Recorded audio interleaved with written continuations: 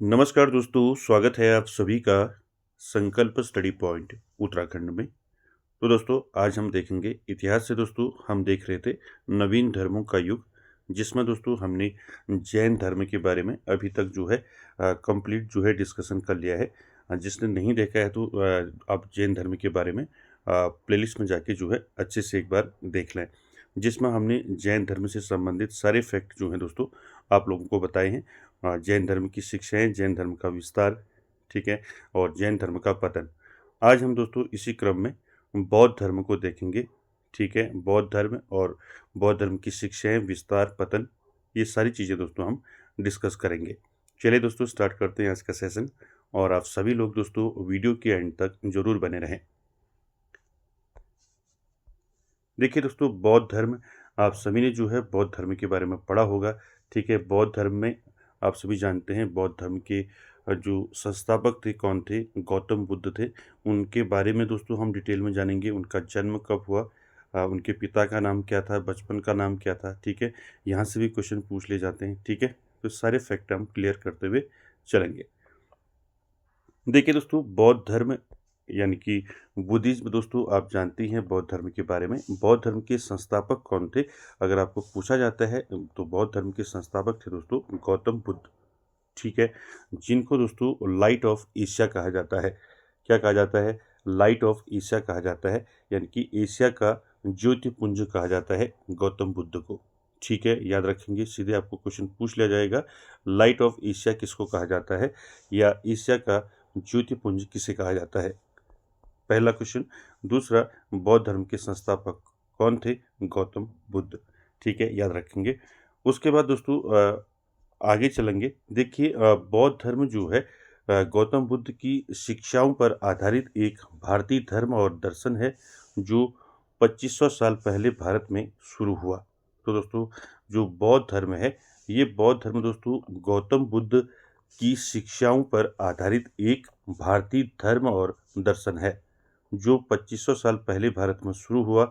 जिसका उद्देश्य जो है क्या था? जिसका उद्देश्य दुख से मुक्ति यानी कि निर्वाण। निर्वाण का मतलब यहाँ पर जन्म और मरण से छुटकारा प्राप्त करना है। यह अहिंसा, ध्यान और मध्यम मार्ग यानी कि अष्टांगिक मार्ग पर जोर देता है। अभी हम आगे बात करेंगे अष्टांगिक मार्ग क्या क्या है, और दुनिया के प्रमुख धर्मों में से एक है। तो दोस्तों यहाँ से आपको याद रखना है कि बौद्ध धर्म जो है, बौद्ध धर्म गौतम बुद्ध की शिक्षाओं पर आधारित एक भारतीय धर्म है, जो 2500 साल पहले जो है भारत में शुरू हुआ, और जिसका उद्देश्य क्या है? जिसका उद्देश्य है दोस्तों निर्वाण, यानी कि जन्म और मरण के चक्र से छुटकारा, ठीक है। साथ ही साथ दोस्तों यह दुनिया के प्रमुख धर्मों में से एक है। साथ ही साथ दोस्तों आपको पूछा जा सकता है कि बौद्ध धर्म का उदय कब हुआ, ठीक है। तो याद रखेंगे बौद्ध धर्म का उदय जो है 6ठी शताब्दी ईसा पूर्व में हुआ, जिसकी नींव जो है किसने रखी? गौतम बुद्ध ने रखी, जिन्होंने दोस्तों ब्राह्मणवादी कर्मकांडों और जाति व्यवस्था से हटकर जो है आध्यात्मिक मुक्ति का एक नया जो है सुलभ मार्ग, मध्य मार्ग प्रस्तुत किया, जो सामाजिक आर्थिक परिवर्तनों और धार्मिक असंतोष के दौर में लोकप्रिय हुआ और एशिया भर में फैला। तो दोस्तों याद रखेंगे जो पहले जो आपका जैन धर्म में आपने देखा, ठीक है, जैन धर्म में आपने देखा कि जैन धर्म में काफ़ी जो है कठिन था, तपस्या वगैरह मैंने बताया था आपको। तो यहाँ पर जो है क्या हुआ, तो बौद्ध धर्म में दोस्तों इन सब से हटकर जो है आध्यात्मिक मुक्ति का एक नया मार्ग जो है सुलभ मार्ग जो है प्रस्तुत किया गया, जो सामाजिक आर्थिक परिवर्तनों और धार्मिक असंतोष के दौर में लोकप्रिय हुआ और पूरे एशिया भर में फैला। उसके बाद दोस्तों हम बात करेंगे गौतम बुद्ध के बारे में। तो यहाँ से दोस्तों क्वेश्चन हमेशा पूछे जाते हैं गौतम बुद्ध से रिलेटेड। यहाँ पर आपको कुछ भी पूछ लिया जाएगा, गौतम बुद्ध की पत्नी का नाम क्या था, पुत्र का नाम क्या था, ठीक है, विवाह कब हुआ, किस अवस्था में विवाह हुआ, माता का नाम क्या था, बचपन का नाम क्या था, ये सारी चीज़ें आपको नोट रखनी है, ठीक है, क्योंकि ये पहले भी आपने पढ़ा है तो ये आपको याद रखना है। देखिए क्या है, देखिए गौतम बुद्ध जिनको हम लाइट ऑफ एशिया कहते हैं, देखिए जन्म कब हुआ गौतम बुद्ध का, याद रखेंगे। ठीक है, कब हुआ और कहाँ हुआ। तो गौतम बुद्ध का जो जन्म हुआ दोस्तों कहाँ हुआ, 563 ईसा पूर्व में कपिलवस्तु के लुम्बिनी नामक स्थान पर हुआ था। ठीक है, याद रखेंगे। गौतम बुद्ध का जो जन्म हुआ कब हुआ अगर आपको पूछा जाता है तो 563 ईसा पूर्व में हुआ। कहाँ हुआ, कपिलवस्तु के लुम्बिनी नामक स्थान पर। ठीक है, याद रखेंगे इसको। साथ ही साथ गौतम बुद्ध के पिता का क्या नाम था अगर आपको पूछा जाता है तो गौतम बुद्ध के पिता का नाम था शुद्धोधन। क्या था, शुद्धोधन जो है पिता का नाम था गौतम बुद्ध के, जो शाक्य गण के क्या थे, प्रधान थे। उसके बाद दोस्तों गौतम बुद्ध के बचपन का नाम आपको पूछा जा सकता है तो गौतम बुद्ध के बचपन का नाम क्या था, सिद्धार्थ था। ठीक है, कई बार पूछा गया है कि गौतम बुद्ध के बचपन का नाम क्या था, तो आंसर हो जाएगा आपका सिद्धार्थ। उसके बाद गौतम बुद्ध की माता का नाम क्या था अगर आपको पूछा जाता है तो गौतम बुद्ध की माता का नाम था महामाया या माया देवी। ठीक है, कहीं कहीं पर आपको ये महामाया मिलेगा और कुछ किताबों में माया देवी। ठीक है, तो दोनों याद रखेंगे। उसके बाद दोस्तों गौतम बुद्ध का लालन पालन किसने किया। ठीक है, ठीक है, तो गौतम बुद्ध का दोस्तों लालन पालन किसने किया आपको पूछा जाएगा तो गौतम बुद्ध का लालन पालन जो है सौतेली माँ प्रजापति गौतमी ने किया। ठीक है, यहाँ पर याद रखेंगे, सीधे आपको पूछ लिया जाएगा गौतम बुद्ध का लालन पालन किसने किया तो गौतम बुद्ध का लालन पालन जो है उनकी सौतेली माँ प्रजापति गौतमी ने किया, याद रखेंगे इसको। साथ ही साथ दोस्तों यहाँ पर याद रखना है गौतम बुद्ध का विवाह किस अवस्था में हुआ था। ठीक है, तो गौतम बुद्ध का जो विवाह हुआ था वो हुआ था 16 वर्ष की अवस्था में। ठीक है, तो आपको पूछ लिया जाएगा तो याद रखेंगे गौतम बुद्ध का जो विवाह हुआ था वो 16 वर्ष की अवस्था में हुआ था। पत्नी का नाम क्या था, गौतम बुद्ध की पत्नी का नाम था यशोधरा। ठीक है, क्या था, यशोधरा। और पुत्र का नाम क्या था, पुत्र का नाम था राहुल। ठीक है, तो ये सारे फैक्ट आपको याद रखने हैं। ठीक है, गौतम बुद्ध का जन्म कब हुआ था, 563 ईसा पूर्व में कपिलवस्तु के लुम्बिनी नामक स्थान पर हुआ था। पिता का नाम शुद्धोधन था। बचपन का नाम गौतम बुद्ध का सिद्धार्थ था। और गौतम बुद्ध की माता का नाम महामाया। और गौतम बुद्ध का लालन पालन किसने किया, सौतेली माँ प्रजापति गौतमी ने किया। गौतम बुद्ध का विवाह 16 वर्ष की अवस्था में हुआ। पत्नी का नाम यशोधरा और पुत्र का नाम राहुल था। ये सारे फैक्ट दोस्तों आपको याद रखने हैं, कोई भी आपको पूछ लिया जाएगा। इसके बाद देखिए दोस्तों सिद्धार्थ गौतम जब कपिलवस्तु की सैर पर निकले तो उन्होंने निम्न 4 दृश्यों को क्रमशः देखा। तभी दोस्तों इन सांसारिक समस्याओं से व्यथित होकर जो है इन्होंने गृह त्याग किया था। इनकी गौतम बुद्ध ने जो है गृह त्याग किया था। ठीक है, 29 वर्ष की अवस्था में। ठीक है, तो यहाँ पर याद रखेंगे सिद्धार्थ गौतम जो है जब कपिलवस्तु की सैर पर निकले तो उन्होंने जो है दोस्तों निम्न 4 दृश्यों को क्रमशः देखा। तो दोस्तों ये कई बार पूछा जाता है कि गौतम बुद्ध ने 4 दृश्य कौन कौन से देखे। ठीक है, 4 दृश्यों को इन्होंने क्रमशः देखा। पहला, बूढ़ा व्यक्ति। दूसरा, एक बीमार व्यक्ति। तीसरा, इन्होंने एक शव को देखा। ठीक है, चौथा, एक सन्यासी को देखा। तो ये 4 दृश्यों को इन्होंने देखा दोस्तों जब ये गौतम बुद्ध जो है कपिलवस्तु की सैर पर निकले थे। कपिलवस्तु दोस्तों ये आपका जो है नेपाल में है। ठीक है, तो कपिलवस्तु की सैर पर निकले तो इन्होंने 4 दृश्य देखे, बूढ़ा व्यक्ति, एक बीमार व्यक्ति, शव और एक सन्यासी। ये पूछा जाता है कई बार, जो 4 दृश्य देखे, इन दृश्यों को देखने के बाद जो है सांसारिक समस्याओं से व्यथित होकर सिद्धार्थ ने 29 वर्ष की अवस्था में गृह त्याग किया, जिसे बौद्ध धर्म में जो है महाभिनिष्क्रमण कहा जाता है। तो दोस्तों यहाँ पर आपको याद रखना है 4 दृश्य कौन कौन से देखे, ये याद रखना है। ठीक है, इसके बाद जो है सांसारिक समस्याओं से व्यथित होकर जो है गौतम बुद्ध ने, सिद्धार्थ ने जो है 29 वर्ष की अवस्था में जो है गृह त्याग किया। ठीक है, आपको पूछ लिया जाएगा कि गौतम बुद्ध ने किस अवस्था में जो है गृह त्याग किया, तो 29 वर्ष की अवस्था में उन्होंने गृह त्याग किया, जिसे बौद्ध धर्म में क्या कहा जाता है, बौद्ध धर्म में से कहा जाता है महाभिनिष्क्रमण। ठीक है, इसको याद रखेंगे। उसके बाद देखिए दोस्तों गृह त्याग करने के बाद सिद्धार्थ ने जो है वैशाली के आलार कलाम से सांख्य दर्शन की शिक्षा ग्रहण की। ठीक है, तो ये गृह त्याग करने 29 वर्ष की अवस्था में जब गृह त्याग किया तो गृह त्याग करने के बाद जो है ये सिद्धार्थ जो है वैशाली के आलार कलाम के पास गए, जहाँ से इन्होंने क्या किया, सांख्य दर्शन की शिक्षा ग्रहण की।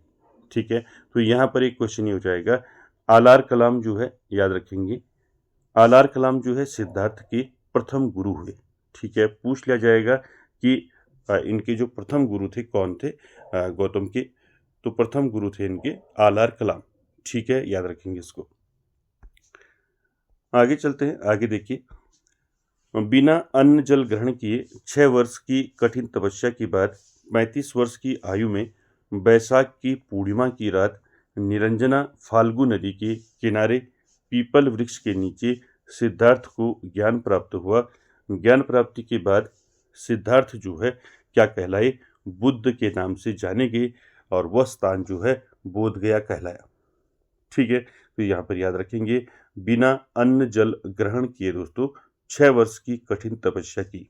ठीक है, यानी कि सिद्धार्थ यानी कि गौतम बुद्ध ने 6 वर्ष की कठिन तपस्या के बाद जो है 35 वर्ष की अवस्था में वैशाख की पूर्णिमा की रात जो है निरंजना नदी के किनारे जो है पीपल वृक्ष के नीचे सिद्धार्थ को जो है ज्ञान प्राप्त हुआ। ठीक है, ज्ञान प्राप्ति के बाद सिद्धार्थ जो है क्या कहलाए, बुद्ध कहलाए, और वह स्थान जहाँ पर ज्ञान प्राप्त हुआ उसको क्या कहलाया, वो बोध गया कहलाया। ठीक है, तो यहाँ से आपके क्वेश्चन पूछ ले जाएंगे कि गौतम बुद्ध ने कितने वर्ष तक जो है तपस्या की, 6 वर्ष तक तपस्या की। ठीक है, और किस वर्ष जो है इनको किस आयु में जो है इनको ज्ञान प्राप्त हुआ, 35 वर्ष की आयु में इनको ज्ञान प्राप्त हुआ। ठीक है, पूछ लिया जाएगा आपको कि किस नदी के किनारे इनको ज्ञान प्राप्त हुआ। ठीक है, तो याद रखेंगे निरंजना नदी। ठीक है, निरंजना या फाल्गु नदी। ठीक है, इस नदी के किनारे जो है इनको ज्ञान प्राप्त हुआ। आपको पूछा जा सकता है किस वृक्ष के नीचे जो है इनको ज्ञान प्राप्त हुआ। ठीक है, ये भी याद रखेंगे, पीपल वृक्ष के नीचे जो है इनको ज्ञान प्राप्त हुआ। ठीक है, तो सारे फैक्ट याद रखेंगे, किस नदी के किनारे इनको ज्ञान प्राप्त हुआ, कितने वर्ष तक इन्होंने तपस्या की, और किस आयु में इनको ज्ञान प्राप्त हुआ। ठीक है, किस वृक्ष के नीचे ज्ञान प्राप्त हुआ। ठीक है, सारी चीज़ें आपको याद रखनी है दोस्तों, कोई भी आपको पूछ लिया जाएगा। ठीक है, चलिए आगे चलते हैं। अगला है दोस्तों, देखिए, बुद्ध ने जो है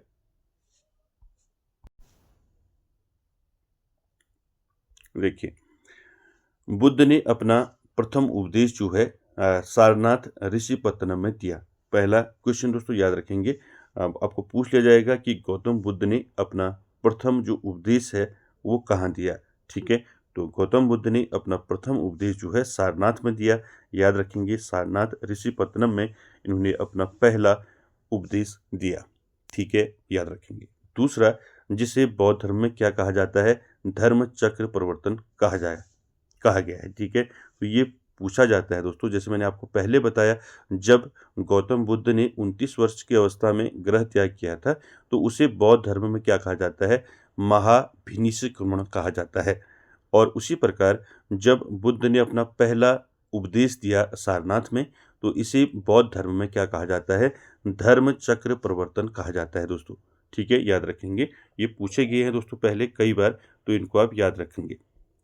इसके बाद देखिए, बुद्ध ने अपने उपदेश जो है जन साधारण की भाषा पाली में दी। ठीक है, ये भी आप याद रखेंगे कि गौतम बुद्ध ने अपने जो उपदेश हैं जन साधारण की भाषा इनकी पाली भाषा में इन्होंने अपने उपदेश दिए। पूछा जाएगा कि गौतम बुद्ध ने अपने उपदेश किस भाषा में दिए। ठीक है, तो पाली भाषा में इन्होंने अपने उपदेश दिए। उसके बाद देखिए, बुद्ध ने अपनी सर्वाधिक उपदेश जो है कौशल देश की राजधानी श्रावस्ती में दी। ठीक है, ये भी आपका क्वेश्चन बन जाएगा। ठीक है, आपको पूछ लिया जाएगा कि गौतम बुद्ध ने अपने सर्वाधिक उपदेश जो है कहाँ दिए। ठीक है, सर्वाधिक उपदेश दिए दोस्तों श्रावस्ती में। ठीक है, याद रखेंगे, पहला उपदेश कहाँ दिया था, सारनाथ में। ठीक है, सर्वाधिक उपदेश कहाँ दिए, श्रावस्ती में दिए। ठीक है, किस भाषा का प्रयोग किया इन्होंने, पाली भाषा का। ठीक है, ये सारी चीज़ें आपको याद रखनी है। उसके बाद देखिए, गौतम बुद्ध की जो मृत्यु हुई दोस्तों, ये भी आपको याद रखना है। गौतम बुद्ध की जो मृत्यु हुई 80 वर्ष की अवस्था में इनकी मृत्यु हुई, कब हुई, 483 ईसा पूर्व। ठीक है, इसको याद रखेंगे, 483 ईसा पूर्व में कुशीनारा उत्तर प्रदेश में इनकी जो है मृत्यु हुई, जिसे बौद्ध धर्म में क्या कहा जाता है, महापरिनिर्वाण कहा जाता है। ठीक है।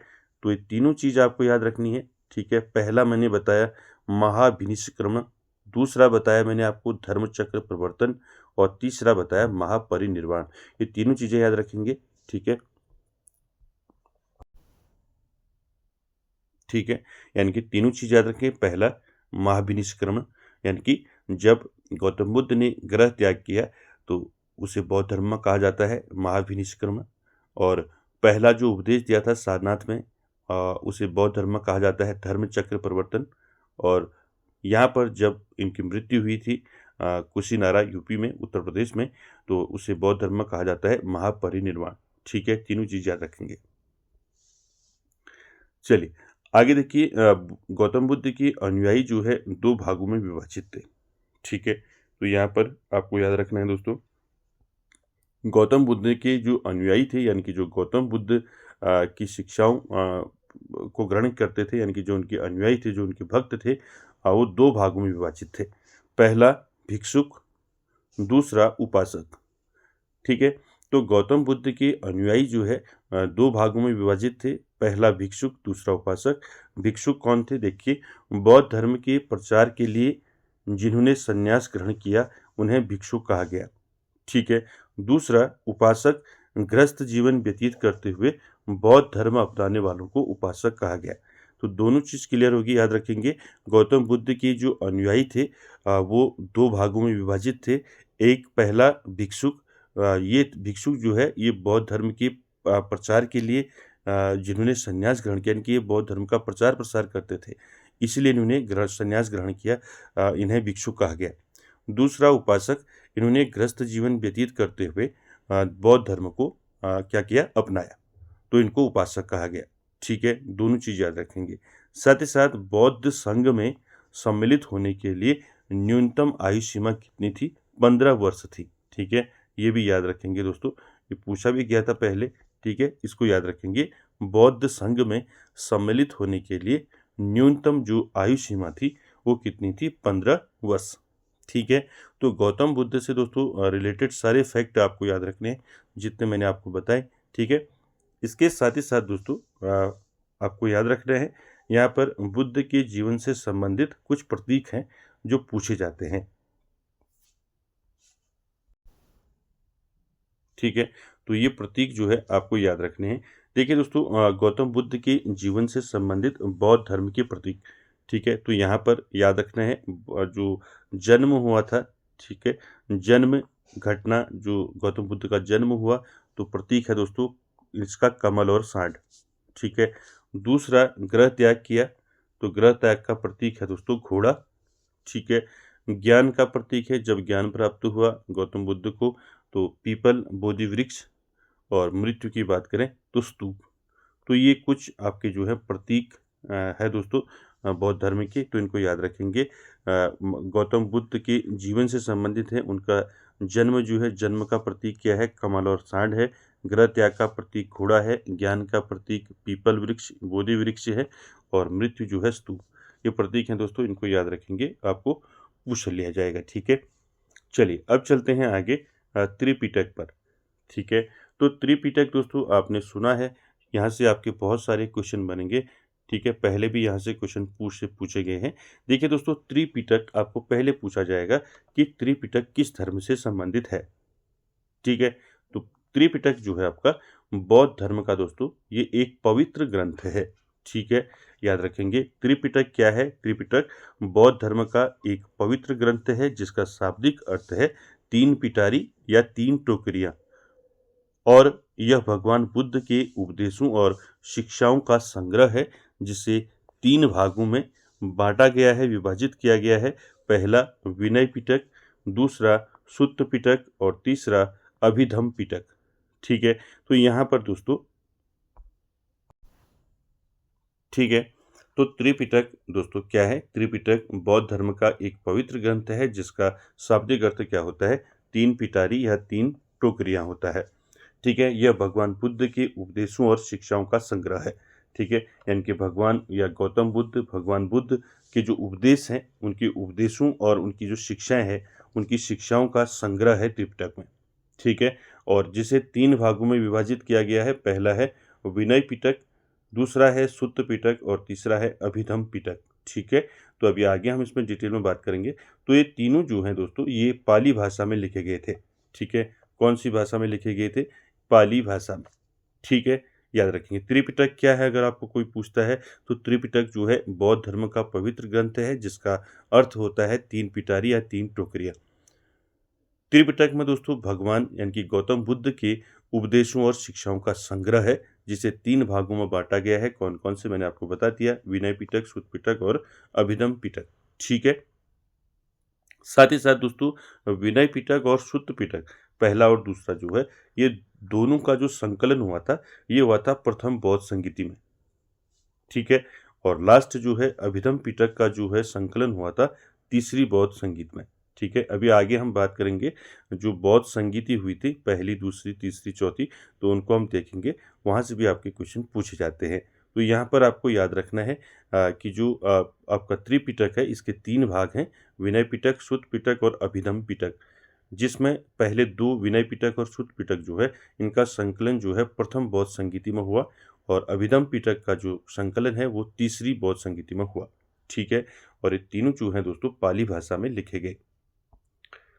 पहला हम डिस्कस करेंगे दोस्तों यहाँ पर विनय पिटक। ठीक है, विनय पिटक में क्या है, देखिए यहाँ से भी आपके अंदर से क्वेश्चन पूछ ले जाएंगे आपसे। देखिए पहला है विनय पिटक। ठीक है, इसमें सामान्य उपासक, उपासिका तथा भिक्षु एवं भिक्षुणियों के लिए जो है नियम विधान है। तो ये याद रखेंगे दोस्तों, विनय पिटक में क्या है, इसमें नियम है। ठीक है, यानी कि जो उपासक, जो उपासिका हैं या जो भिक्षु और भिक्षुणियाँ हैं, उनके लिए यहाँ पर नियम बताए गए हैं विनय पिटक में। ठीक है, साथ ही साथ दोस्तों आपको याद रखना है विनय पिटक के 3 भाग हैं। ठीक है, पूछ लिया जाएगा आपको कि सुत्त विभंग या खंदक या फिर पचित पाद, ये किसके अंग हैं या किसके भाग हैं, आपको पूछ लिया जाएगा। ठीक है, तो याद रखेंगे त्रिपिटक में पहला है विनय पिटक, जिसमें दोस्तों नियम बताए गए हैं, और इसके 3 भाग हैं। कौन कौन से हैं? पहला है दोस्तों आपका सुत्त विभंग, दूसरा है यहाँ पर खंदक, और तीसरा है पचित पाद। ठीक है, ये तीनों जो हैं दोस्तों, ये भाग हैं किसके? विनय पिटक के। ठीक है, कोई भी आपको पूछ लिया जाएगा ये किसका भाग है। ठीक है, विनय पिटक का, सुत्त पिटक का, या फिर अभिधम पिटक का। ठीक है, याद रखेंगे, मैं आपको सरल शब्दों में समझाने का प्रयास कर रहा हूँ कि विनय पिटक में क्या है। विनय पिटक में क्या है, जो उपासक और उपासिका या जो भिक्षु थे, उनके लिए नियम यहाँ पर बने हुए थे। ठीक है, इसके 3 भाग हैं, सुत्त विभंग, खंदक और पचित पाद। ठीक है, याद रखेंगे। दूसरा भाग है सुत्त पिटक। ठीक है, देखिए सुत्त पिटक में क्या था, देखिए त्रिपिटक का दूसरा जो पार्ट है वो है आपका सुत्त पिटक। इसमें बुद्ध के प्रवचन सूत्र रूप में है, इसलिए इसे सुत्त पिटक कहा जाता है। यानी कि इसमें गौतम बुद्ध के क्या है, प्रवचन है, उपदेश है यहाँ पर, जो सूत्र रूप में है। ठीक है, साथ ही साथ दोस्तों आपको याद रखना है, सुत्त से ही याद रखेंगे सूत्र। ठीक है, तो इसके 5 भाग हैं दोस्तों, इसको आपने याद रखना है। ये 5 भाग आपको पूछे जा सकते हैं। ठीक है, कौन कौन से भाग हैं 5? ठीक है, और किस भाग में क्या है, ये आपको याद रखना है। तो त्रिपिटक से दोस्तों हमेशा जो है क्वेश्चन पूछे गए हैं, चाहे वो आपका त्रिपिटक के कितने भाग हैं। ठीक है, इन भागों से सुत्त पिटक से पूछ लिया जाएगा आपको, विनय पिटक से पूछ लिया जाएगा, अभिधम पिटक से पूछ लिया जाएगा। ठीक है, तो यहाँ पर देखिए सुत्त पिटक जो है, इसके 5 भाग हैं, और सुत्त पिटक में क्या है, सुत्त पिटक में इसमें भगवान बुद्ध के प्रवचन सूत्र रूप में है, इसलिए इसे क्या कहा गया है, सुत्त पिटक कहा गया है। ठीक है, देखिए इसके 5 भाग क्या क्या हैं सुत्त पिटक के, देखिए सुत्त पिटक के 5 भाग हैं। पहला है दीघ निकाय। ठीक है, दीघ निकाय, दूसरा है मंजिम निकाय, तीसरा है संयुक्त निकाय, चौथा है अंगुत्तर निकाय, और 5वां है खुद्दक निकाय। ठीक है, तो इसको आप अच्छे से याद रखेंगे। ये सुत्त पिटक के क्या है, सुत्त पिटक के ये भाग हैं। कितने भाग हैं पूछ लिया जाएगा आपको सीधे। विनय पिटक के कितने भाग हैं? 3 भाग हैं। सुत्त पिटक के 5 भाग हैं। ठीक है, पहला है दीघ निकाय जो है, ये बड़े, इसमें बड़े सूक्त थे। ठीक है, मज्झित निकाय में ये मध्यम आकार के सूक्त थे इसमें। ठीक है, तीसरा संयुक्त निकाय में इसमें 2-2 सूक्तों का योग है। अंगुत्तर निकाय में आपने पढ़ा ही होगा, अंगुत्तर निकाय में 16 महाजनपदों की चर्चा है और खुद्दक निकाय ये छोटे सूक्तों का निकाय है। ठीक है, यहीं से आपको एक चीज याद रखनी है दोस्तों, संघ में शामिल होने वाले लोगों को कैसी शिक्षा दी जाती थी, इसकी चर्चा किस में है, ये पूछ लिया जाएगा आपको। तो इसकी चर्चा है दोस्तों खुद्दक निकाय में, जो 5वां इसका भाग है। ठीक है, 5वां भाग क्या है? खुद्दक निकाय। इसमें छोटे छोटे सूक्तों का ये निकाय है दोस्तों। ठीक है, और देखिए इसमें क्या कहा गया है, खुद्दक पाठ जो है इसी में चर्चा की गई है खुद्दक निकाय में, खुद्दक पाठ का। ठीक है, खुद्दक पाठ क्या है? बुद्धम शरणम गच्छामि, संघम शरणम गच्छामि और धम्मम शरणम गच्छामि। तो ये जो खुद्दक पाठ है ये किस में है, आपको ये भी पूछ लिया जाएगा। ठीक है, ये पाठ किस में है? तो ये भी आपका किस भाग में है? सुत्त पिटक के खुद्दक निकाय भाग में है। ठीक है, और पूछ लिया जाएगा 16 महाजनपदों की चर्चा जो है सुत्त पिटक के किस भाग में है। ठीक है, तो सारे दोस्तों भाग याद रखने हैं और किस भाग में क्या है ये आपको अच्छे से याद रखना है। 5वां भाग जो है खुद्दक निकाय, इसमें दोस्तों खुद्दक पाठ की चर्चा की गई है। बुद्धम शरणम गच्छामि, संगम शरणम गच्छामि और धम्मम शरणम गच्छामि। ठीक है, तो याद रखेंगे संघ में शामिल होने वाले लोगों को कैसी शिक्षा दी जाती थी, कैसे शिक्षा दी जाती थी, इसकी जो चर्चा है वो किस में है? वो खुद्दक निकाय में ही शामिल है। ठीक है, सारे फैक्ट याद रखेंगे शुद्ध पिटक से। अगला है दोस्तों हमारा तीसरा पिटक, अभिधम पिटक। ठीक है, देखिए दोस्तों अभिधम पिटक में क्या है,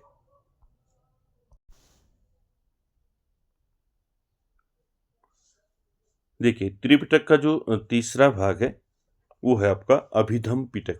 ठीक है, अभिधम पिटक में क्या है पहले ये देख लें। तीसरी बौद्ध संगीति में इसका संकलन हुआ, मैंने अभी ऊपर बताया था आपको। यह प्रश्नोत्तर शैली में है, इसी से बौद्ध मत को जाना जाता है दोस्तों। ठीक है, याद रखेंगे, आपको अच्छे से याद रखना है। 3 पिटक मैंने आपको बताए, विनय पिटक, सुत्त पिटक और तीसरा है हमारा अभिधम पिटक। ठीक है, अभिधम पिटक जो है इसका जो संकलन हुआ वो तीसरी बौद्ध संगीति में इसका संकलन हुआ। तीसरी बौद्ध संगीति यानी कि अशोक के समय में जो हुआ था, तीसरी बौद्ध संगीति हुई थी, तो उसमें जो है दोस्तों अभिधम पिटक का संकलन हुआ।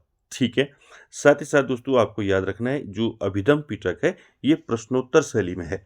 आपको पूछ लिया जाएगा कौन सा पिटक जो है प्रश्नोत्तर शैली में है, तो अभिधम पिटक है। ठीक है, साथ ही साथ दोस्तों अभिधम पिटक के 7 भाग हैं। ठीक है, कितने भाग हैं अभिधम पिटक के? 7 भाग। कौन कौन से हैं 7 भाग? देखिए 7 भाग कौन कौन से हैं। पहला है धम संगिनी, दूसरा है विभंग, तीसरा है कथावत्थु, चौथा है पुंगल पंचति, 5वां है यमक, छठा है पीठान और 7वां है धातु कथा। ठीक है, तो ये 7 प्रकार के 7 भाग हैं किसके? अभिधम पिटक के। ठीक है, कौन कौन से हैं? धम संगिनी, विभंग, कथावत्थु, पुंगल पंचति, यमक, पीठान और धातु कथा। ठीक है, ये 7 भाग हैं दोस्तों अभिधम पिटक के। इसमें जो आपका तीसरा भाग है कथावत्थु, इसमें बौद्ध धर्म से संबंधित सभी सिद्धांत जो है सविस्तार हैं। ठीक है, याद रखेंगे जो आपका तीसरा इसका भाग है कथावत्थु, इसमें बौद्ध धर्म से संबंधित सभी सिद्धांत जो है किस प्रकार से हैं? सविस्तार हैं इसमें। ठीक है, याद रखेंगे। क्लियर हो गया? तो त्रिपिटक आप समझ चुके होंगे त्रिपिटक क्या है। ठीक है, और त्रिपिटक के कितने भाग हैं। ठीक है, कितने भागों में विभाजित किया गया है त्रिपिटक? 3 भागों में। मैंने आपको तीनों भागों के बारे में अच्छे से बता दिया। यहाँ पर आपको कुछ भी पूछ लिया जाएगा, इनका भाग पूछ लिया जाएगा और इनके भाग के अंदर से किसके कितने भाग हैं और उसमें अंदर क्या है ये पूछ लिया जाएगा। ठीक है, इसलिए इनको अच्छे से याद रखेंगे। क्लियर है? अब बात करते हैं बौद्ध संगीतियाँ। देखिए दोस्तों यहाँ से हमेशा क्वेश्चन पूछा गया है, यहाँ पर अध्यक्ष पूछ लिया जाता है। ठीक है, कभी आपका यहाँ पर जगह पूछ ली जाती है, स्थान पूछ लिया जाता है। ठीक है, और कभी जो है तिथि पूछ ली जाती है और कभी शासनकाल किस शासक का रहा उस समय ये पूछ लिया जाता है। तो इसलिए आपको अच्छे से इसको याद रखना है। देखिए बौद्ध संगीतियाँ जो हैं या बौद्ध सभाएं या बौद्ध संगीतियाँ कितनी हुई? ठीक है, ये पूछा जाता है। तो 4 बौद्ध संगीतियाँ हुई। ठीक है, 4 बौद्ध संगीति हुई, जिसमें दोस्तों आपको याद रखना है पहला कब हुआ, कहाँ हुआ, अध्यक्ष कौन था और शासनकाल किसका था। उसी प्रकार दूसरा, तीसरा और चौथा। देखिए पहला है प्रथम बौद्ध संगीति, ठीक है। देखिए प्रथम बौद्ध संगीति जो है ये कब हुआ? 483 ईसा पूर्व में प्रथम बौद्ध संगीति हुई। कहाँ हुई? राजगृह में, ठीक है। कहाँ हुई? राजगृह में हुई। अध्यक्ष कौन थे? महाकश्यप, ठीक है। और शासनकाल किसका था? शासनकाल था अजातशत्रु का, ठीक है। आपको सीधे पूछ लिया जाएगा प्रथम बौद्ध संगीति में किसका शासनकाल था? अजातशत्रु का शासनकाल था। अध्यक्ष पूछ लिया जाएगा प्रथम बौद्ध संगीति में अध्यक्ष कौन था? अध्यक्ष था महाकश्यप, ठीक है। प्रथम बौद्ध संगीति कहाँ हुई? राजगृह में हुई, ठीक है। कब हुई? 483 ईसा पूर्व, ठीक है। ये चारों फैक्ट याद रखने हैं। कहाँ हुई, कब हुई, अध्यक्ष कौन था और शासनकाल किसका था। क्लियर हो गया। दूसरा देखिए, दूसरी बौद्ध जो संगीति हुई ये कब हुई? 383 ईसा पूर्व में हुई, ठीक है। द्वितीय बौद्ध संगीति कब हुई? 383 ईसा पूर्व में हुई। कहाँ हुई? वैशाली में हुई, ठीक है। पूछ लिया जाएगा आपको कि द्वितीय बौद्ध संगीति कहाँ हुई, तो वैशाली में हुई, ठीक है। अध्यक्ष कौन थे? सबाकामी, ठीक है। और शासनकाल किसका था? कालाशुक का, ठीक है। दो क्लियर हो गए। द्वितीय बौद्ध संगीति कब हुई थी? 383 ईसा पूर्व में। कहाँ हुई? वैशाली में। अध्यक्ष कौन थे? सबाकामी। और शासनकाल किसका था? कालाशुक। तीसरा देखिए, तृतीय बौद्ध संगीति। तृतीय बौद्ध संगीति दोस्तों कब हुई? 255 ईसा पूर्व में हुई, ठीक है। कब हुई तृतीय बौद्ध संगीति? 255 ईसा पूर्व में हुई। कहाँ हुई अगर आपको पूछा जाता है तो ये हुई पाटलिपुत्र में, ठीक है। और अध्यक्ष कौन थे अगर पूछा जाता है तीसरी बौद्ध संगीति के, तो याद रखेंगे मोगलीपुत्र तिस, ठीक है। और शासनकाल किसका था? शासनकाल था सम्राट अशोक का, ठीक है। अभी हमने ऊपर बात की थी कि जो त्रिपिटक हमने अभी आपको ऊपर बताई, जिसमें आपका तीसरा जो पिटक है अभिधम पिटक, उसका संकलन जो है कब हुआ था? तीसरी बौद्ध संगीति में ही उसका संकलन हुआ था, मैंने अभी बताया था आपको, ठीक है। तो उस समय शासनकाल किसका था? सम्राट अशोक का था। इसके बाद देखिए चौथा जो चतुर्थ बौद्ध संगीति है ये कब हुई और कहाँ हुई, ये भी आपको अच्छे से चारों याद रखने हैं। चतुर्थ बौद्ध संगीति की बात करें तो ये कब हुई? ईस्वी की प्रथम शताब्दी में जो है प्रथम चतुर्थ बौद्ध संगीति हुई। कहाँ हुई पूछा जाता है तो कुंडलवन में हुई, ठीक है। और अध्यक्षता किसने की? वसुमित्र, ठीक है। वसुमित्र अश्वघोष ने इसकी अध्यक्षता की और शासनकाल था कनिष्क का, ठीक है। तो दोस्तों यहाँ पर बौद्ध संगीति मैंने आपको बताई, याद रखेंगे। चार बौद्ध संगीतियाँ हुई। पहली बौद्ध संगीति जो है कब हुई? 483 ईसा पूर्व में राजगृह में हुई। अध्यक्ष थे महाकश्यप और शासनकाल था अजातशत्रु का। द्वितीय बौद्ध संगीति हुई 383 ईसा पूर्व में वैशाली में। अध्यक्ष थे सबाकामी और शासनकाल था कालाशोक का। तृतीय बौद्ध संगीति जो है 255 ईसा पूर्व में हुई पाटलिपुत्र में और अध्यक्षता की दोस्तों मोगलीपुत्र तिस्स ने और शासनकाल था सम्राट अशोक का। चतुर्थ बौद्ध संगीति हुई दोस्तों ईस्वी की प्रथम शताब्दी में कुंडलवन में और अध्यक्षता की थी दोस्तों वसुमित्र ने और शासनकाल था कनिष्क का, ठीक है। ये चारों दोस्तों आपको याद रखने हैं। कुछ भी इसमें पूछ लिया जाएगा कब, कहाँ, अध्यक्षता किसने की, शासनकाल किसका था, ठीक है। चलिए देखिए दोस्तों, चतुर्थ बौद्ध संगीति के बाद जो है बौद्ध धर्म दो भागों में विभाजित हो गया। अभी हमने बताया कि जो चतुर्थ बौद्ध संगीति हुई थी कुंडलवन में, कुंडलवन कश्मीर में, जिसकी अध्यक्षता की थी वसुमित्र ने और शासनकाल था कनिष्क का। तो चतुर्थ बौद्ध संगीति के बाद जो है जो बौद्ध धर्म है दोस्तों वो दो भागों में बट गया, ठीक है। कौन कौन से दो भागों में बट गया? अब पूछा जाता है कि बौद्ध धर्म जो है दो भागों में कब बटा, ठीक है। ये पूछ लिया जाता है कि बौद्ध धर्म जो है दो भागों में विभाजित कब हुआ, यानी कि चतुर्थ बौद्ध संगीति के बाद हुआ, ठीक है। याद रखें इसको, चतुर्थ बौद्ध संगीति के बाद जो है बौद्ध धर्म दो भागों में विभाजित हो गया। पहला हीनयान संप्रदाय और दूसरा महायान संप्रदाय में, ठीक है। चलिए एक बार इसको देख लेते हैं। हीनयान संप्रदाय किस प्रकार का संप्रदाय था, इसमें किस प्रकार से भगवान बुद्ध की जो है पूजा की जाती थी, किस प्रकार से माना जाता था, और महायान में किस प्रकार से गौतम बुद्ध को माना जाता था। चलिए अब देखिए यहाँ पर जो गौतम बुद्ध के जो अनुयायी थे वो यहाँ पर बट गए, ठीक है, दो भागों में। कौन कौन से? हीनयान और आपका महायान। ठीक है, चलिए देखिए देखिए जो हीनयान संप्रदाय था, तो हीनयान संप्रदाय में दोस्तों देखिए, हीनयान में व्यक्तिक मुक्ति पर जो है जोर देता है हीनयान संप्रदाय। किस पर? व्यक्तिक मुक्ति पर। ठीक है, लेकिन महायान जो है ये समग्र मुक्ति पर जोर देता है। ठीक है, किस पर जोर देता है? समग्र मुक्ति पर जोर देता है। दूसरा, इसमें बुद्ध को महापुरुष माना गया है, यानी कि हीनयान संप्रदाय में गौतम बुद्ध को क्या माना गया है? महापुरुष माना गया है। लेकिन महायान में गौतम बुद्ध को क्या माना गया है? देवता माना गया है। ठीक है, तो दोनों अलग अलग हैं दोस्तों। ठीक है, जब चौथा जो बौद्ध संगीति हुई थी चौथी, उसके बाद जो है बौद्ध धर्म में दो भागों में बट गया, यानी कि जो गौतम बुद्ध के जो अनुयायी थे वो दो भागों में बट गए, हीनयान और महायान में। ठीक है, हीनयान संप्रदाय में जो लोग थे वो गौतम बुद्ध को महापुरुष मानते थे, लेकिन महायान में जो लोग थे, अनुयायी थे, वो बुद्ध को देवता मानते थे। ठीक है, उसके बाद देखिए अगला, हीनयानी बुद्ध के प्रतीकों का प्रयोग करते हैं, यानी कि जो हीनयान संप्रदाय के जो लोग हैं वो गौतम बुद्ध के जो प्रतीक हैं उनका प्रयोग करते हैं, जो मैंने ऊपर बताया आपको।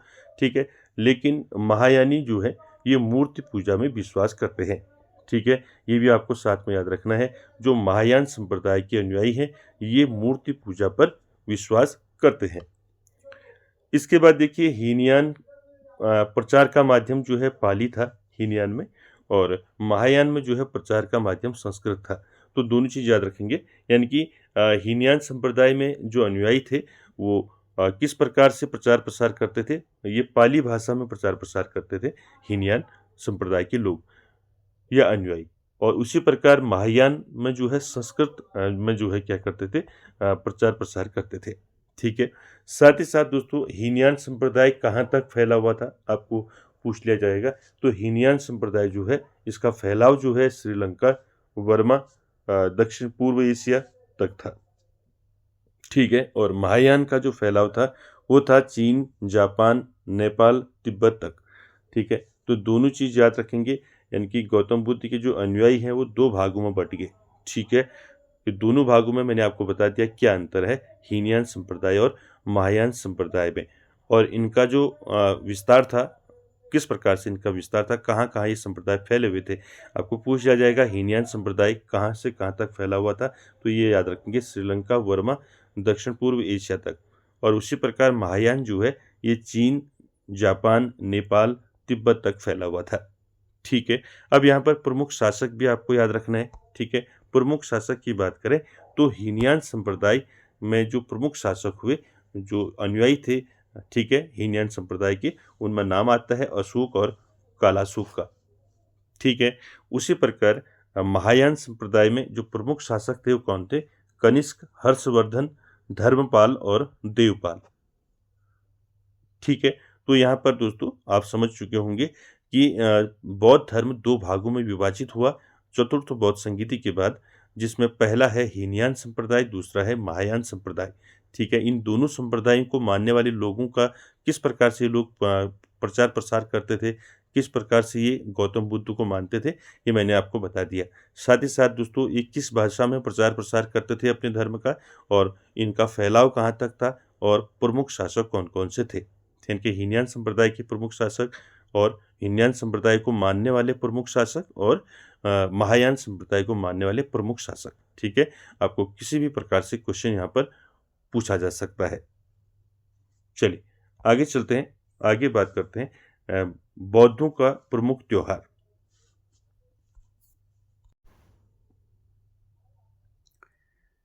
देखिए बौद्धों का जो प्रमुख त्योहार था वो था वैशाख पूर्णिमा। ठीक है, आप सभी जानते हैं वैशाख पूर्णिमा जो है बौद्धों का प्रमुख त्योहार है।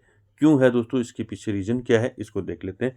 देखिए बौद्धों का प्रमुख त्योहार आपको पूछ लिया जाएगा वैशाख पूर्णिमा। ठीक है, वैशाख पूर्णिमा इसलिए है दोस्तों क्योंकि जो गौतम बुद्ध है उनका जन्म, ज्ञान प्राप्ति और महानिर्माण जो है, महापरिनिर्माण जो है बुद्ध पूर्णिमा के ही दिन हुआ था, इसलिए जो है ये प्रमुख त्योहार है बौद्ध धर्म का। ठीक है, देखिए वैशाख पूर्णिमा जिसे बुद्ध पूर्णिमा के नाम से जाना जाता है, इसका महत्व इसलिए है कि बुद्ध पूर्णिमा के ही दिन जो है गौतम बुद्ध का जन्म, ज्ञान प्राप्ति एवं महापरिनिर्वाण की प्राप्ति हुई। इसीलिए दोस्तों बौद्ध धर्म का प्रमुख त्योहार क्या है? बैसाख पूर्णिमा, जिसे हम क्या कहते हैं? बुद्ध पूर्णिमा भी कहते हैं। क्लियर हो गया? इसके बाद देखिए दोस्तों, बुद्ध ने दोस्तों सांसारिक दुखों के संबंध में 4 आर्य सत्यों का उपदेश दिया। ये कई बार दोस्तों पूछा जाता है 4 आर्य सत्य जो हैं किससे संबंधित हैं। ठीक है, तो यहाँ पर दोस्तों आपको याद रखना है 4 आर्य सत्य। क्वेश्चन किस प्रकार से पूछा जाता है? 4 आर्य सत्य जो है किससे संबंधित है, किस धर्म से संबंधित है?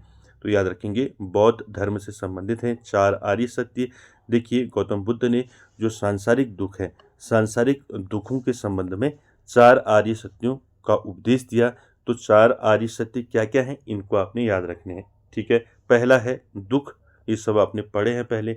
दुख हो गया, दुख समुदाय, दुख निरोध और दुख निरोधगामिनी प्रतिपदा। ठीक है, तो ये 4 जो है आर्य सत्य हैं, किससे संबंधित है? बौद्ध धर्म से पूछा जाता है। ठीक है, तो याद रखेंगे गौतम बुद्ध ने सांसारिक दुखों के संबंध में 4 आर्य सत्यों का उपदेश दिया। दुख, दुख समुदाय, दुख निरोध और दुख निरोधगामिनी प्रतिपदा। ठीक है, साथ ही साथ दोस्तों सांसारिक दुखों से मुक्ति हेतु बुद्ध ने अष्टांगिक मार्ग की बात कही। ये साधन है, यानी कि कहने का मतलब ये है कि जो सांसारिक दुखों के संबंध में जो 4 आर्य सत्य का उपदेश दिया था गौतम बुद्ध ने, दुख, दुख समुदाय, दुख निरोध और दुख निरोधगामिनी, उसी प्रकार सांसारिक दुखों से, इनकी जो संसार में जो दुख है, इन सांसारिक दुखों से मुक्ति हेतु, यानी कि जो सांसारिक दुख हैं इनसे मुक्ति हेतु जो है, अगर इनसे जो सांसारिक दुख हैं अगर इससे मुक्ति अगर कोई पाना चाहता है तो इसके लिए गौतम बुद्ध ने अष्टांगिक मार्ग की बात कही। तो अष्टांगिक मार्ग यानी कि 8 मार्ग बताए। ठीक है, कौन कौन से ये अष्टांगिक मार्ग हैं ये आपको याद रखने हैं दोस्तों। ठीक है, ये अष्टांगिक मार्ग कहा जाता है कि बुद्ध के अनुसार जो अष्टांगिक मार्ग हैं इनका पालन करने के उपरांत मनुष्य की जो तृष्णा है वो नष्ट हो जाती है और उसे निर्वाण प्राप्त हो जाता है। निर्वाण का मतलब उसको जन्म मरण के चक्र से छुटकारा मिल जाता है। ठीक है, तो याद रखेंगे सांसारिक दुखों से मुक्ति हेतु जो है बुद्ध ने, यानी कि गौतम बुद्ध ने अष्टांगिक मार्ग की बात कही है। अष्टांगिक मार्ग यानी कि 8 मार्ग बताए हैं, कौन कौन से हैं, जिससे आप जो है जिसका पालन करने के उपरांत आप जो है निर्वाण प्राप्त कर सकते हैं। देखिए अष्टांगिक मार्ग कई बार पूछा जाता है, तो इनको आप 8 जो मार्ग हैं इनको याद रखेंगे। ठीक है, तो देखिए अष्टांगिक मार्ग कौन कौन से हैं? पहला है सम्यक दृष्टि, दूसरा है सम्यक संकल्प, तीसरा है सम्यक वाणी, चौथा है सम्यक कर्मांत, सम्यक आजीव, सम्यक व्यायाम, सम्यक स्मृति और सम्यक समाधि। ठीक है, तो ये 8 क्या है? अष्टांगिक मार्ग हैं। पूछ लिया जाएगा आपको किस धर्म से संबंधित है अष्टांगिक मार्ग। ठीक है, इस प्रकार से भी क्वेश्चन पूछ लिया जाता है। जैसे मैंने अभी आप ऊपर बताया आपको कि 4 आर्य सत्य किससे संबंधित है? बौद्ध धर्म से। ठीक है, अष्टांगिक मार्ग किससे संबंधित है? ये भी बौद्ध धर्म से संबंधित है। ठीक है, ये 8 मार्ग क्या है जिनसे निर्वाण प्राप्त किया जा सकता है? मैंने आपको बता दिया, सम्यक दृष्टि, सम्यक संकल्प, सम्यक वाणी, सम्यक कर्मांत, ठीक है, सम्यक आजीव, सम्यक व्यायाम, सम्यक स्मृति, सम्यक समाधि। ठीक है, ये 8 के 8 आपने दोस्तों याद रखने हैं, कोई भी आपको पूछ लिया जाएगा। ठीक है, अष्टांगिक मार्ग कौन कौन से हैं और किससे संबंधित है मैंने बता दिया, बौद्ध धर्म से संबंधित है। सांसारिक दुखों से मुक्ति हेतु जो है गौतम बुद्ध ने ये 8 जो है मार्ग बताए हैं, जिनसे जो है जिसका पालन करने से मनुष्य जो है निर्वाण प्राप्त कर सकता है। देखिए बुद्ध के अनुसार जो है, देखिए बुद्ध के अनुसार अष्टांगिक मार्गों के पालन करने के उपरांत जो है मनुष्य की तृष्णा नष्ट हो जाती है और उसे निर्वाण प्राप्त हो जाता है। ठीक है, साथ ही साथ दोस्तों आपको याद रखना है निर्वाण जो है दोस्तों, निर्वाण बौद्ध धर्म का परम लक्ष्य है। ठीक है, मैंने पहले भी बताया निर्वाण जो है यानी कि जन्म और मरण के चक्र से छुटकारा पाना, जिसको हम क्या बोलते हैं? निर्वाण बोलते हैं। ये परम लक्ष्य है बौद्ध धर्म का, जिसका अर्थ है दोस्तों दीपक का बुझ जाना। ठीक है, यानी कि निर्वाण का क्या अर्थ है? दीपक का बुझ जाना, अर्थात जीवन मरण चक्र से मुक्त हो जाना। ठीक है, बुद्ध ने निर्वाण प्राप्ति को सरल बनाने के लिए निम्न 10 शीलों पर बल दिया है। ठीक है, निर्वाण प्राप्ति मैंने ऊपर बताया कि किस प्रकार से हम सांसारिक दुखों से मुक्ति पा सकते हैं, इसके लिए बुद्ध ने अष्टांगिक मार्ग की बात कही। ठीक है, लेकिन यहाँ पर यह भी याद रखेंगे कि निर्वाण प्राप्ति को किस प्रकार से हम किस प्रकार से सरल बनाया जा सके, इसके लिए जो है गौतम बुद्ध ने 10 शीलों पर बल दिया है। 10 शीलों का वर्णन किया है, 10 शीलों पर बल दिया है। ये 10 शील क्या है, ये पूछे जाते हैं या किससे संबंधित है। ठीक है, जैसे आपका 4 आर्य सत्य किससे है, आर्य सत्य बौद्ध धर्म से, अष्टांगिक मार्ग बौद्ध धर्म से। ठीक है, 10 शीलों का वर्णन बौद्ध धर्म में। ठीक है, सारी चीज़ें आपको याद रखनी है। ठीक है, देखिए निर्वाण प्राप्ति को सरल बनाने के लिए निम्न 10 शीलों पर बल दिया है गौतम बुद्ध ने। देखिए 10 कौन कौन से हैं ये अभी हम देखेंगे। तो निर्वाण प्राप्ति को सरल बनाने यानी कि जो जीवन मरण चक्र है, इससे मुक्ति पाना जिसको हम निर्वाण कहते हैं, तो इसको सरल किस प्रकार से बनाया जा सकता है, इसके लिए 10 शीलों पर बल दिया गया है। ये 10 शील क्या क्या हैं दोस्तों, ये आपको याद रखने हैं। देखिए ये 10 है आपके, देखिए ये 10 है। पहला है अहिंसा, ये तो आपने पढ़े हैं 5 ऊपर के। अहिंसा, सत्य, अस्तेय, अपरिग्रह और मद सेवन न करना। ठीक है, असमय भोजन न करना। 7वां देखिए सुखप्रद बिस्तर पर नहीं सोना। ठीक है, 8वां देखिए धन संचय न करना। 9वां देखिए स्त्रियों से दूर रहना। और 10वां देखिए नृत्य गान आदि से दूर रहना। तो दोस्तों ये 10 शीलों का दोस्तों बल दिया है गौतम बुद्ध ने, जिससे जो है निर्वाण प्राप्ति को सरल बनाया जा सके। तो ये 9 आपको याद रखें, 10 शील है। ठीक है, इन 10 शीलों को आपने याद रखना है। ठीक है, कौन कौन से हैं, अहिंसा, सत्य, अस्तेय, अपरिग्रह, मद सेवन न करना, असमय भोजन न करना, सुखप्रद बिस्तर पर नहीं सोना, धन संचय न करना, स्त्रियों से दूर रहना और नृत्य गान आदि से दूर रहना। तो 10 शीलों का वर्णन किया गया है। ठीक है, क्यों किया इनका मैंने बता दिया। 10 शीलों पर क्यों गौतम बुद्ध ने बल दिया, क्योंकि निर्वाण प्राप्ति को जो है सरल बनाने के लिए। ठीक है, यहाँ पर बात साफ कही गई है। ये जो 5 है ऊपर के, इनको दोस्तों गृहस्थों के लिए केवल प्रथम 5 शील तथा भिक्षुओं के लिए 10 शील मानना अनिवार्य था। ठीक है, तो यहाँ पर ये भी याद रखेंगे जो पहले के 5 हैं। ठीक है, ये पहले के 5 जो शील हैं ये गृहस्थों के लिए है। ठीक है, जो गृहस्थ में रहते हैं, गृहस्थों के लिए केवल 5 शील का पालन करना अनिवार्य था, लेकिन जो भिक्षु थे उनके लिए 10 शील मानना अनिवार्य था। ठीक है, ये भी आपको याद रखना है दोस्तों। आपने देखा कि हमने किस प्रकार से बौद्ध धर्म को आपको बताया। देखिए बौद्ध धर्म से रिलेटेड जितने भी आपके क्वेश्चन बन सकते हैं वो सारे मैंने दोस्तों आपको यहाँ पर बता दिए हैं। और इसके बाद दोस्तों हम बौद्ध धर्म एक और यहाँ पर हम क्लास देखेंगे, जिसमें हम बौद्ध धर्म का विस्तार और बौद्ध धर्म की जो शिक्षाएं हैं कुछ आपका इसमें रहा है, जिसको हम अगले पार्ट में कंप्लीट करेंगे। तो दोस्तों आज के सेशन में इतना ही, मिलते हैं नेक्स्ट सेशन में, तब तक के लिए धन्यवाद।